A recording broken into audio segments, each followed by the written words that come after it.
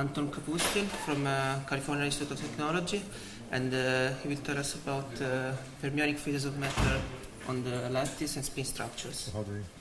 I'm happy to give a talk at this conference devoted to celebrating Doron's birthday. And I met Doron in '93 when I just came to Caltech. I didn't know what I want to do, so Doron told me, well, why don't you work on some little project with me? And I did, even though I had no clue what we were doing at that time. So something about rational conformal field theories and fusion categories. But you'll see, actually, well, more recently I actually learned this stuff, finally, 20 years later. And you'll see there's some mention of the word fusion category in this talk. But other than that, it actually doesn't have much, it doesn't have much to do with either string theory or conformal field theory. It's more about topological field theory and its application to condensed matter physics. So let me outline this. So I'm going to talk about gapped phases of matter. First, just a little review and how it's related to topological field theory. And then I'll discuss an important distinction between bosonic and fermionic phases of matter. And the fermionic case is much trickier, so I'll talk about, well, how to understand a certain class of fermionic phases using topological field theory in two space-time dimensions, or as condensed matter people say, 1 plus 1, so one spatial dimension, one time dimension. And then if I have time, I'll say a few words about generalization to 2 plus 1 dimensions. So this is, well, the talk is based on some work by Zhengsheng Gu and Xiaogang Wen, and its refinement by myself and David Gayotto. There's also some work in progress on this. So, well, let me just start reminding you what the gapped phase of matter is. So when we talk about phases, well, the first thing comes to mind is that it's what you learned in elementary school, like there's solids, there liquids, there gases. But actually, when you go to university, we learned actually it's all a lie. So that's not how phases should be classified. Rather, it should be classified using symmetries. That's Landau's viewpoint.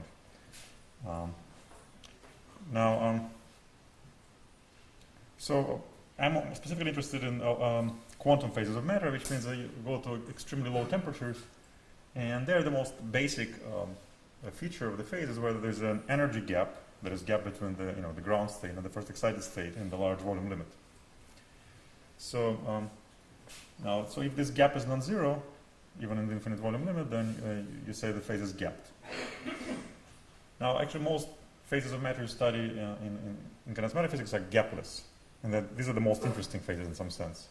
So, these interesting applications of conformal field theory to condensed matter physics concern gapless phases.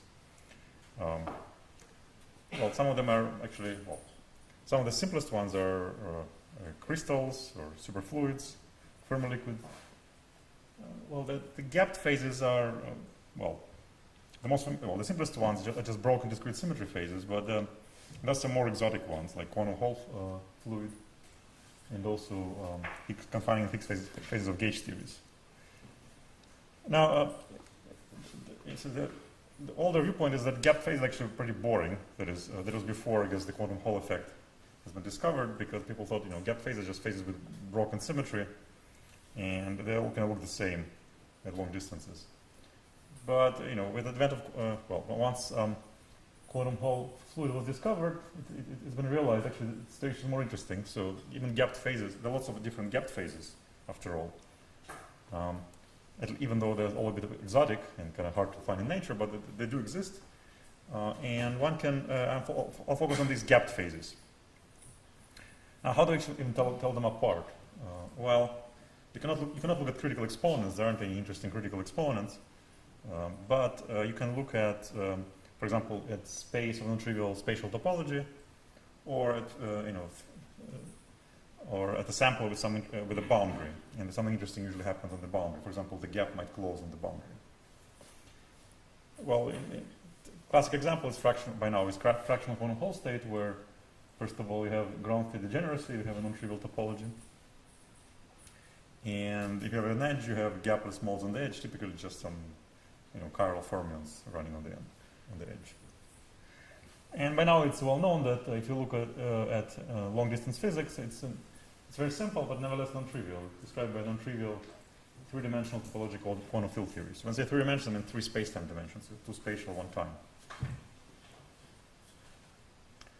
Okay, so how do we classify such gapped phases? Well, first of all, what is a phase? Well, what more precisely is the phase? Well, in condensed matter physics, you usually start with some lattice Hamiltonian, which means that your Hilbert space is a tensor product of finite dimensional vector spaces attached to, say, vertices of some lattice. When I say lattice, I usually mean like not really some regular lattice, just some triangulation of your space. And the Hamiltonian also has a nice form, so it's a local in the sense that it's a sum of terms, and each term acts by identity everywhere except a few sites around a particular vertex. So it's really a tensor product of 1, 1, 1, and then a few non-identity elements like just acting on Hilbert space in the neighborhood of the vertex V. So that's what it means to have a local Hamiltonian. And then finally, the gap condition is that if you look at the eigenvalues of this Hamiltonian, then there could be several ground states, or almost general ground states in the limit of infinite volume, but the first excited state is separated from the ground state or states by finite non-zero amount. So, well, okay, so what does it mean to classify such things? Well, of course, there are infinitely many of these guys, so well, okay, so let me just go back. So when I say classify, I mean, first of all, I'm allowed to deform this Hamiltonian in an arbitrary way, but preserving the gap. And, well, and also this locality property. Well, so it's actually rather difficult, it would be rather difficult to classify such, well, mathematically, like classifying such Hamiltonians up to homotopy in the class of such Hamiltonians. But it's rather difficult to do it still. So there's a further, one can, impose an even further equivalence relation on such Hamiltonians. You can imagine that adding a few impurities here and there, localized impurities, probably should be regarded as the same phase. So you can enlarge this Hilbert space at some sites and just add some trivial Hamiltonian, which just has just like correct this Hamiltonian with some terms just localized on these sites, and then deform. So that's so you allow to deform the Hamiltonian as well as to enlarge local Hilbert spaces in some trivial way. So that I'm going to try to be more specific, but that's roughly what defines a phase. A phase is an equivalence class of Hamiltonians under this equivalence relation. So if you know, like, the mathematical analogy, if you know, like a little bit about K theory, it's like classifying not vector bundles up to homotopy, but vector bundles up to the K theory class. Okay, so how do we solve this problem? Well, it's actually, there's no theory of this except in very low dimensions, like actually one spatial dimension. But there's a belief that in all dimensions you can classify such Hamiltonians using, well, maybe some additional constraints, but it's still not clear, using topological field theory. That is, at long distances, the physics should be described by topological quantum field theory if there's a gap in the energy spectrum. Now, this is rather hard to check in higher dimensions because even topological field theory is in some sense simpler than this Hamiltonian problem, but in high dimensions, even topological field theories are difficult to classify, so it does mean it's a trivial problem. Now, the various refinements which you can do, and by various simplifications. So one simplification, which has been very popular lately, is to look at special class of phases called invertible phases or short-range entangled phases. What does it mean? Well, let me just, before I proceed, let me just say what I mean by TQFT. So one can impose this condition on both Hamiltonian system and there's a similar condition on the TQFT side. So TQFT is some structure in, it's a D plus, if a D plus one dimensional TQFT, it attaches a number called the partition function to a closed oriented D plus one manifold. So you have a D manifold, TQFT attaches a finite dimensional vector space, called the space of states. Now, if one is serious about locality in TQFT, one should actually continue and say that if you have D minus one dimensional manifold, and then you want to attach to it some category, linear category, and so forth. I don't want to focus on this I'm just going to focus on the partition function and the vector space attached to manifolds of dimension d+1 and d. And there's some rules for assigning algebraic objects to manifolds with boundaries and corners. And then there's some axioms that this data satisfy, like diffeomorphism invariance, compatibility with disjoint union, and so forth. So there's something called ATIA axioms. Now, what about this complex? Well, to say one can. It's interesting to complicate or to simplify the problem by looking at so-called invertible phases and invertible TQFTs. So what does mean invertible? Well, if you have any physical system, any pair of physical systems, you can take the sort of composite, sort of just put them on top of each other if you wish. So this operation is makes a set of physical phases into commutative monoid. That is, there's a composition which is associative and symmetric. Now, so this is also the trivial, also the neutral element, identity phase, which is like trivial phase or trivial TQFT. Now, this operation is not a group operation because there's no inverse in general. There's no like inverse phase or in general or TQFT. TQFT don't have inverses. Well, but some, just like if you look at some general monoid, here you might have some elements which do have inverses, called invertible ones. So you can easily see that an invertible phase of TQFT has unique states. There is no degeneracy for any closed spatial geometry. So in some sense, they're very trivial TQFTs, but not entirely trivial because the partition functions, for example, attached to closed d+1 dimensional manifolds can be non-trivial numbers. Can you give an example? Some simple. Well, I mean, to get something non-trivial, I'll get some examples later, but what I'm saying is it's rather difficult to give examples which don't seem really trivial, so let me just give you when you have some symmetry, then it becomes more non-trivial. So there is actually, well, here's a sort of an answer, but not in a physical way. So it turns out you can classify at least the partition functions of TQFTs, that's one thing. And second, you can show that partition functions of TQFTs actually determine the TQFT itself. That's not true for non-invertible ones, but for invertible ones, it is true. It's a theorem by Fried and Hopkins. Actually, the paper recently came out proving this. And the claim is that invertible TQFTs are nothing just but some familiar mathematical objects in homotopy theory. Namely, they are basically Pendragon duals of the cobordism group, or Pendragon of the bordism group in d dimensions. So, well, capital D is little d+1. So, also known as Thom bordism groups. Now, actually, Thom computed these groups have been computed for all dimensions, and it's not a very easy. Well, takes some work to compute it. And so this is the little table. What they look like. So, the Pendragon dual, the torsion part of these groups is what classifies invertible TQFTs in this dimension. And you can see actually in low dimensions there's nothing interesting. There's no torsion in these groups until dimension 5. So actually there are no interesting low dimensional TQFTs, so invertible ones. So that's the reason it's kind of hard to give an example of an non-trivial invertible TQFT. Yeah. In this definition, that's not literally a TQFT because partition function does depend on the metric. Even this is an anomaly, which makes it not. Sorry. Well, it's not eta invariant, but it has anomaly which is controlled by eta invariant in that sense. Yes. So in Chern-Simons theory, the stress energy tensor is not zero. It's a C number, but it's a non-zero C number. So when I say topological filter, I literally mean the stress energy tensor is literally zero.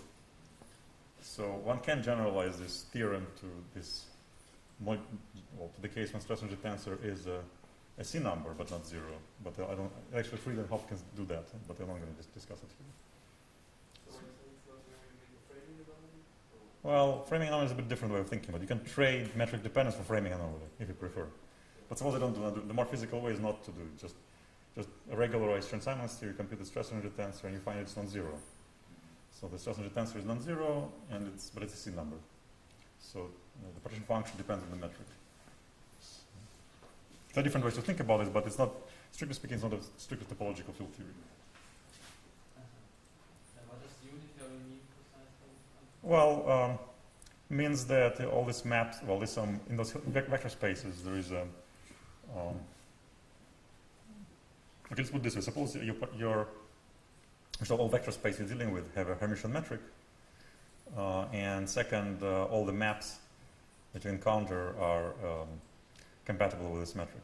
So, for example, if you say partition function, in particular, if your partition function, say, is a manifold, if the manifold set can be cut into two pieces related by involution, say a sphere or something like that, then the partition function has to be positive. It's basically, you have reflection positivity imposed on your amplitudes. What if you say k equals 1 and k equals -1 together? Then it cancels out. Yeah, well, this is not invertible theory. Okay, so these are invertible theories. Oh, then it's 2 states. One state on every spatial topology. The example I gave is 2 states. 2 states. Okay, it's not invertible. So I'm just saying that in dimension 5, there's even a non-trivial theory which has no degeneracy on any space of 4-dimensional topology, but nevertheless not completely trivial. But as I say, you need to go pretty high in dimension to find such a thing. Now, station is, well, just restating this. This theorem, it just basically means that if you look at an invertible case, all you need to know about TQFT is just its partition function. And that's the very first non-trivial TQFT has this partition function that determines it uniquely. So, well, if some 5 manifold, then you can compute the partition function evaluating some particular Stiefel-Whitney number of this manifold. So, this is a more physical description of this TQFT as well, but I don't have the time to explain it. Now, since the situation is so boring, you could say, well, why focus on this case? Well, one can make it less boring by adding some symmetry to the problem. And what does it mean to add symmetry? Well, we can just say that suppose each of these local Hilbert spaces is a representation of some symmetry group, say finite symmetry group, and the action of G on this tensor product Hilbert space commutes to the Hamiltonian. And then I would say, well, what's the phase of the symmetry G? Well, I'm doing the same thing as before. I'm requiring the Hamiltonian to have a phase. I'm declaring that 2 Hamiltonians differing by deformation define the same phase, but the deformation must preserve the symmetry. So this is a more refined problem, and if you try to classify invertible phases with the symmetry, then you get something more interesting. And on the TQFT side, there's a similar refinement. You can look, what was the TQFT with the symmetry G? It's a global symmetry. Well, instead of just considering partition function as a function of a manifold in which the theory is defined, you can imagine that since there's a global symmetry, you can couple that symmetry to some external gauge field. In this case, a discrete gauge field. And then your partition function is a function of that flat connection on your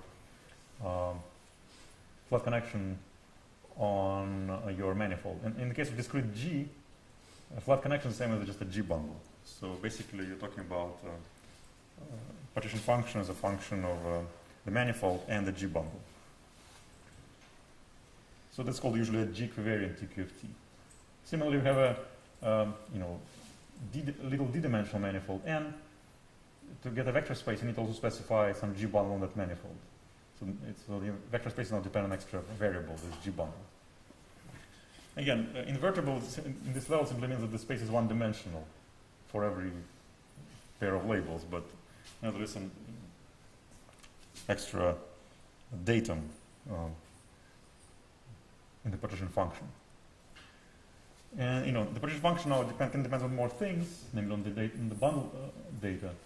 And then it turns out that there's a similar theorem which says that that's all you need to know. And it says basically that the partition function can be thought of as a contragent dual of the torsion part of this equivariant Borgesian group. And now it's not so easy to write down the answer in every dimension because it depends also on choice of the group.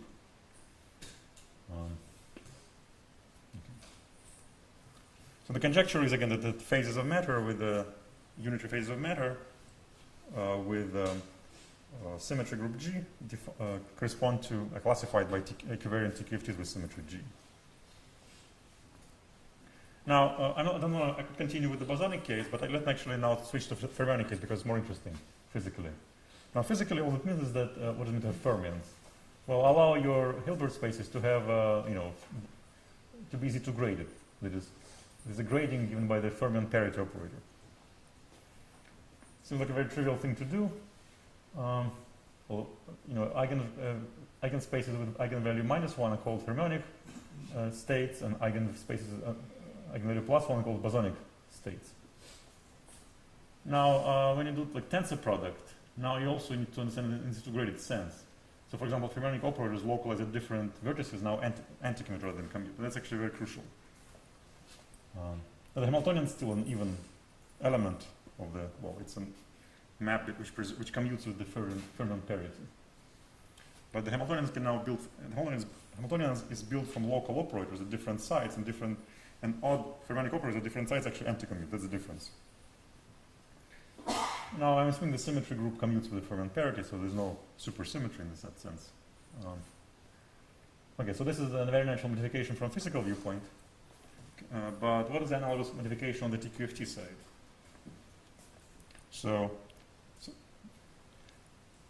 Well, in a unitary theory, a natural generalization would be to say, well, if you deal with relativistic quantum field theory, you'd say, well, if you have fermions, they should be spinors, because there's spin statistics theorem. So basically, you would say perhaps a right analog of TQFT. So the fermionic analog of TQFT probably should be TQFT, where everything depends on the spin structure on the manifold. That's a much less familiar story. I mean, spin TQFTs have not been studied even in low dimensions, and I'm going to explain a bit later how to construct such things. But before I proceed, I need to explain what is the spin structure, because you may not remember what it is. And another thing, let me just explain what spin structure is. Well, it's very roughly speaking, it's like a Z2 gauge field on the manifold. And the reason you need it is when you try to define Dirac operator. When you have a Riemannian metric on a manifold, when you try to define Dirac operator, it turns out it's not uniquely defined. There's some extra topological data you have to specify, which is roughly like Z2 gauge field in the manifold. It's because you need to take sort of square root of transition functions for Lorentz group. But our problem is not very relativistic. We don't have in condensed matter any continuous metric. We'll just have a bunch of lattice sites on which fermions hop. So in order to say, I need to explain what I mean by spin structure in this case, where there's no continuous space-time, just some triangulation. So how do you define the spin structure combinatorially? Well, let me explain a bit more precise what the spin structure is. I need some notation. So you have a triangulation or manifold. There's something called simplicial complex, which is really a manifold, triangulated manifold. They'll denote as usual by CK the group of K chains, but the valence time abelian group. And this is K co-chains. So K chains is just linear combinations of simplices with some coefficients in this abelian group. This C upper K is just functions on simplices of dimension K with the values in the same group. And then you have notion of a closed chain called ZK and co-closed co-chain. It's called cycles and co-cycles.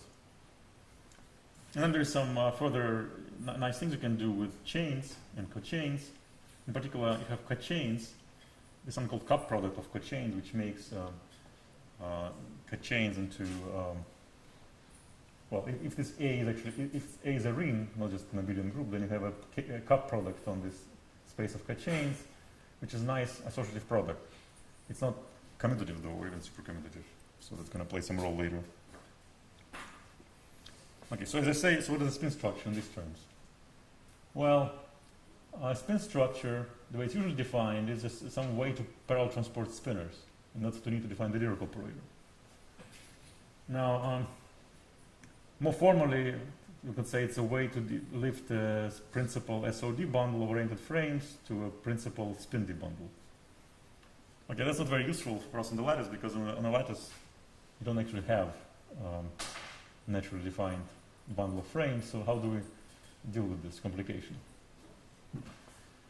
Well, one more thing you can say about spin structure is that, well, in what sense they're like, first of all, unlike Z2 gauge fields, not on every manifold can have a spin structure. So there's some class called second Stiefel-Whitney class. If it vanishes, then you do have spin structures. If it doesn't vanish, you don't. So this class takes place in degree 2 cohomology. Well, good.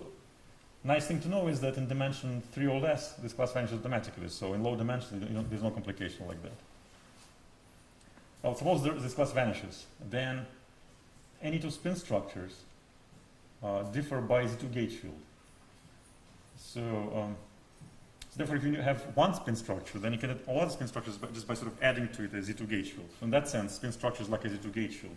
But unlike Z2 gauge field, there's no like, natural trivial spin structure. So that's the difference.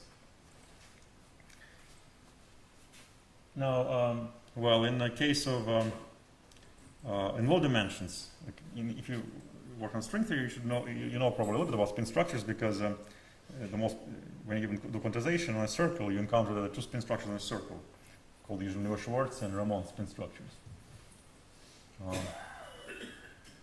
Mathematicians call them bounding and not bounding spin structures. Also, if you go to Riemann series of genus G, then there are 2 to the power 2G spin structures. There's no like special one, we call it trivial one, but you can at least classify them into even and odd ones, according to the number of zero modes of the Dirac operator modulo 2. So the number of zero modes of the Dirac operator is not topological invariant, but number of zero modes modulo 2 is a topological invariant, or rather spin topological invariant, because it depends on the spin structure. So these are sort of familiar examples in low dimensions. Now let me go back to this issue. So why do I even think that spin structures, spin TQFTs, that is TQFT depending on spin structure, is a good candidate for sort of classifying fermionic phases of matter? That's not very obvious because, as far as I know, there's no spin statistics theorem in the absence of Lorentz invariance, and the lattice breaks Lorentz invariance. Now, it turns out that there is a, well, even though spin statistics relation is not obvious, nevertheless there is something called spin structure on a lattice. It's some sort of analog of spin structure. And it can be defined combinatorially. Well, there's an old observation, actually due to Stiefel himself, that the second Stiefel-Whitney class can be defined combinatorially. Actually, all Stiefel-Whitney classes can be defined combinatorially. But moreover, it turns out you can turn it into the combinatorial definition of a spin structure. I could wonder why is it that you don't need to worry about these complications of difference between spin structure and Z2 gauge field. Why don't you encounter it when you talk about Dirac operators on a lattice? Well, people who work on lattice gauge theories, of course, did worry about this a little bit, but they typically work with just toroidal geometry, and there's no distinction between spin structures and Z2 gauge fields. But they want to work on the general lattice.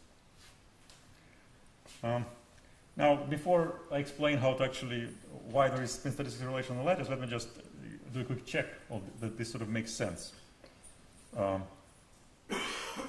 So, in low dimensions, I can actually classify these invertible fermionic phases directly, using some general representation of ground states. Well, I can show that in dimension 1, any discrete system can be thought of as a sort of spin chain, and moreover, the ground state can be described by some simple ansatz called matrix product state. It can be used to classify all invertible phases of matter, both in bosonic and fermionic case. In the fermionic case, turns out that the answer is given by this set. You have cohomology.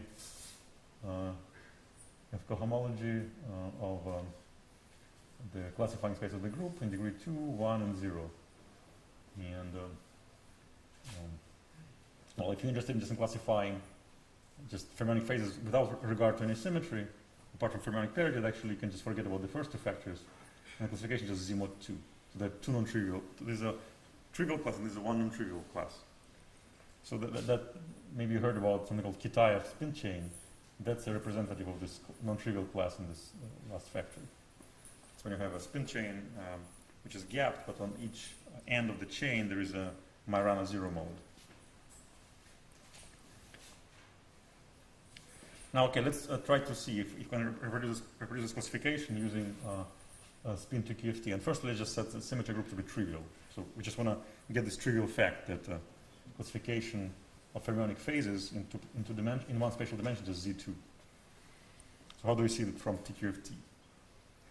Well, as I stated, there is well, one can, of course, there's some general theory of Frieden-Hopkins, but there is actually a discussion already in physics literature by Moore and Siegel of what spin to QFTs look like. And they actually explain that there's a unique non-trivial invertible spin to QFT. So as usual, again, in the invertible case, all we need to specify is the partition function.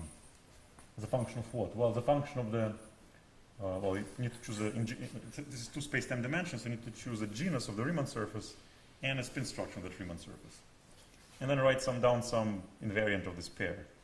So what sort of invariants are there? Well, it turns out there's only one relevant invariant. It's called the ARF invariant of the spin structure. That's literally what I said, the dimension of the kernel of the Dirac operator, modulo 2. That's the only invariant of relevant invariant of spin structure there is. So it's just so this partition function then is just a plus or minus 1, depending on the value of this invariant. So that's this is the unique and non-trivial class that you have here. Well, with some work, we can also describe, given the partition function, should be able to reconstruct the whole spin to QFT, and that's the answer in this case. So the vector space attached to a circle is one-dimensional because it's an invertible phase, but if depending on the spin structure, you have an Schwarz spin structure, then this is a one-dimensional even vector space. There's a bosonic one, and when it's a fermionic spin, well, when it's a Ramon spin structure, it's an odd fermionic vector space. And we can go further and even describe category of boundary conditions for this theory. It's category of modules over the Clifford algebra one generators. So in this case, this agreement, well, it's a very trivial check, of course. Just need to reproduce it as a unique non-trivial class. Now, when I have a symmetry group, it's a bit harder. But again, one can apply to this theorem, which says you need to compute the spin bordism group of a classifying space of the group. And with some work, you can do this computation purely mathematically, and one find actually the same result as in its physical derivation. So in one spatial dimension, things seem to work fine. Now, but that's sort of not very impressive. The question is, okay, after all, what is the connection? How to actually, first of all, describe what are the lattice model corresponding to some abstract dual over some bordism class? So what's the connection? How can actually reproduce, starting with a particular element in the bordism group or its dual, how do I construct the actual lattice system which realizes this class? Now, for that, I need to actually know how to define spin structures in a lattice. So there's actually a very nice old theorem by Atiyah, which almost tells you what to do. It tells you that a spin structure can be thought of as some pure algebraic thing attached to a manifold, attached to a triangulated manifold. It's only in 2 dimensions. So the point is this. First of all, if you look at 2-dimensional manifold, you can look at degree 1 cohomology, that is space of Z2 gauge field physically. Then on that space, there is a bilinear form called intersection form. Just, you take a product and integrate over the whole manifold. Now, if you have, you can think of this guy as a vector space over the field with 2 elements. And then this is a bilinear form on this vector field. Now, when you have a bilinear form, it's natural to look for a quadratic function from where the bilinear form comes from. So remind you that if you have a bilinear form, then a quadratic refinement of this bilinear form is a function which solves this equation. Now it's homogeneous, vanishes at 0, and solves this equation. Now, if you look at the case of vector spaces over like complex numbers or real numbers, then of course this bilinear form is uniquely defined. So this quadratic function is defined by the bilinear form, but in general case, like say, filled with 2 elements, actually it's not. There are different choices. Well, it turns out actually there's one-to-one correspondence between the choice of this quadratic function on H1 and spin structures. So it's really combinatorial definition because H1 is defined combinatorially, and intersection form can also be defined combinatorially. So, and then one can even write well, given this understanding that there is a correspondence in quadratic functions and spin structures, you can write down sort of explicitly this partition function corresponding to given elements of this cohomology groups, this alpha and beta gamma class. So, yeah, so there's 3 cohomology classes here, here, and there, and called alpha, beta, and gamma, and the partition function can be written explicitly in terms of this quadratic function attached to a spin structure. The question is how to reproduce this as an actual partition function of some physical or physical looking system.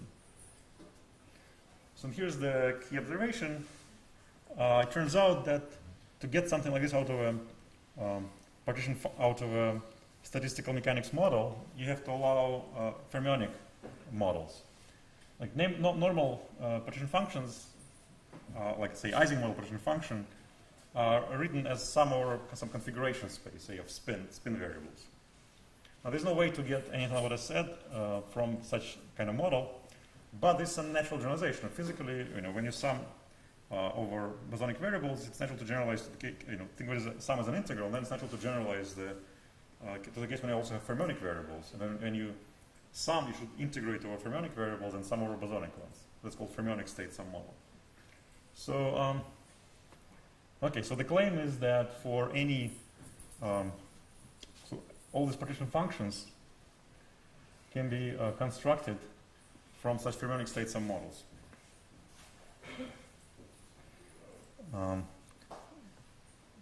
Well,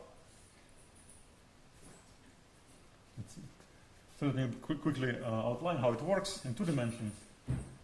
One starts, well, I just look at the simple case when there's only one of these parameters non-zero. So in this case, beta A is just some degree 2 cohomology class.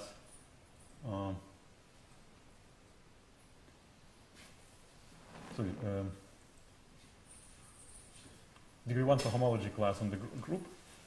So it gives rise to, well, for a given choice of flat connection, it gives rise to a Z2 valued gauge field.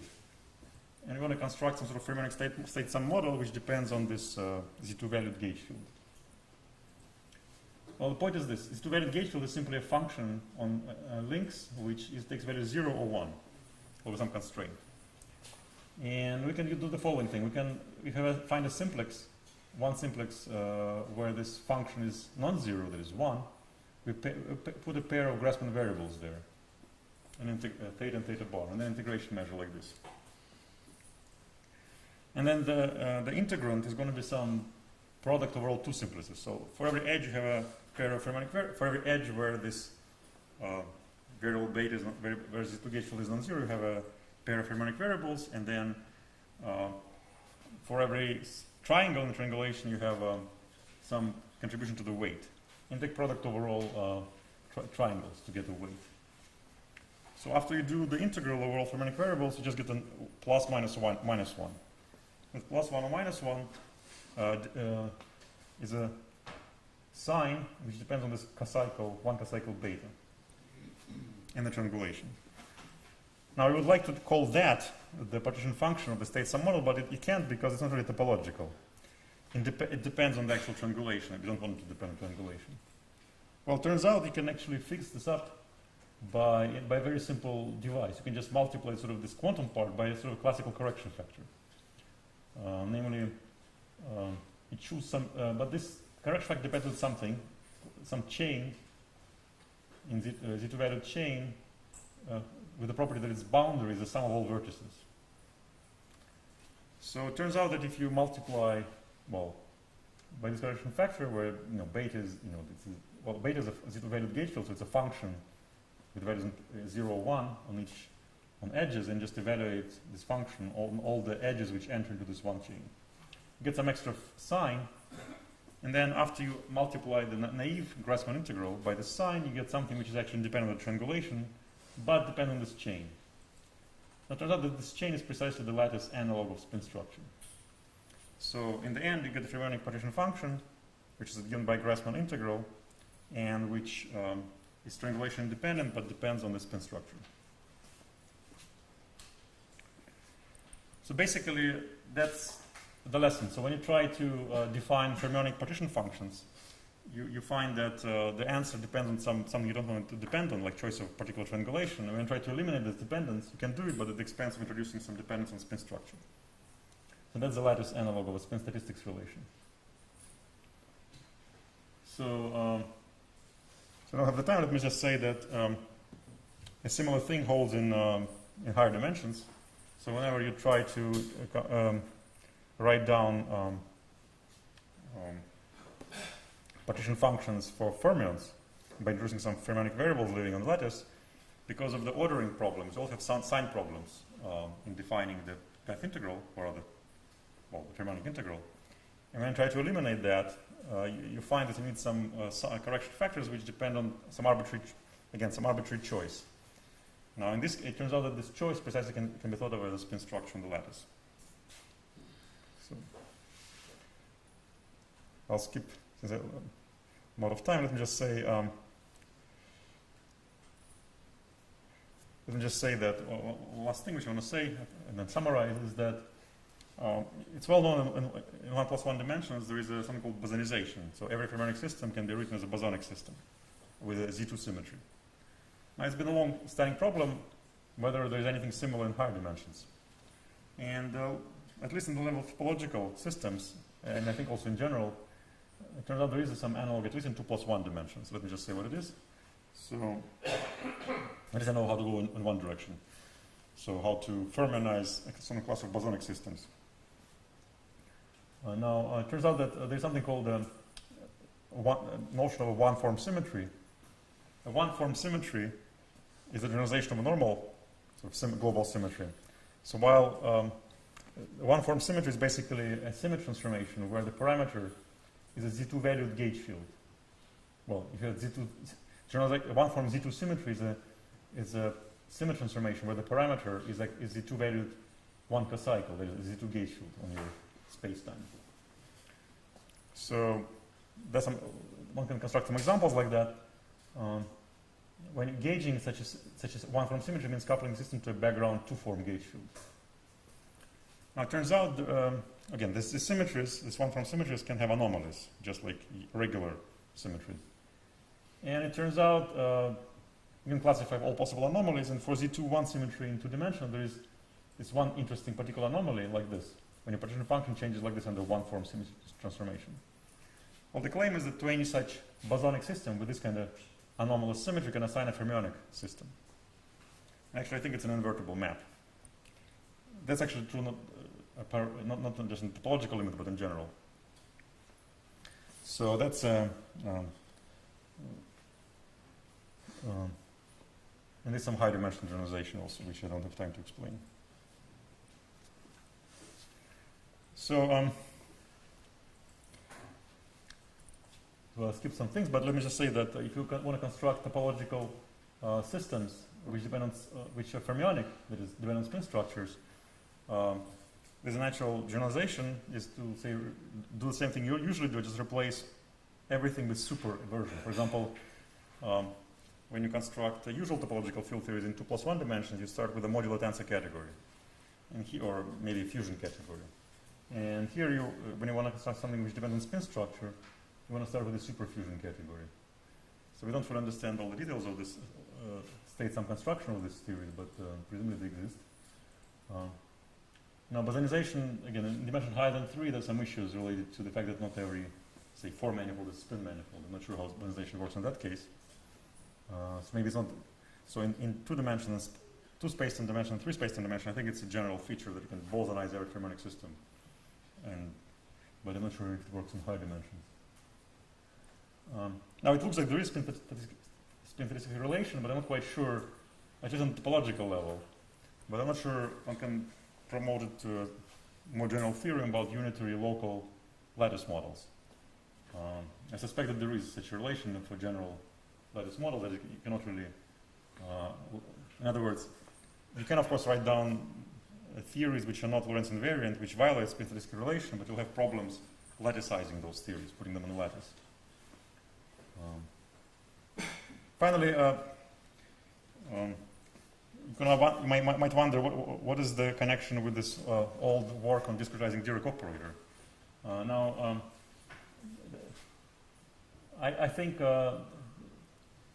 this topological story can teach us about something that as well. Namely, there's an old standing problem called fermion doubling on the lattice, which more precisely should be, well, fermion doubling roughly means that you have like twice the number of fermions you want.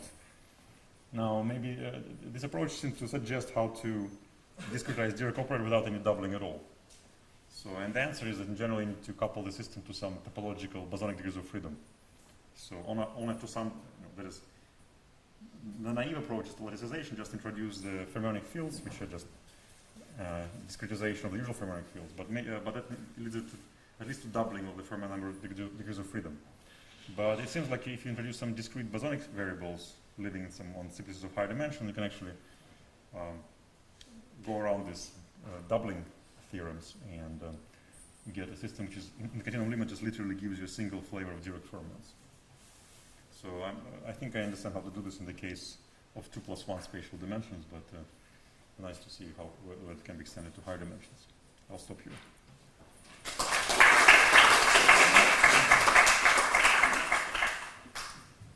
Other questions?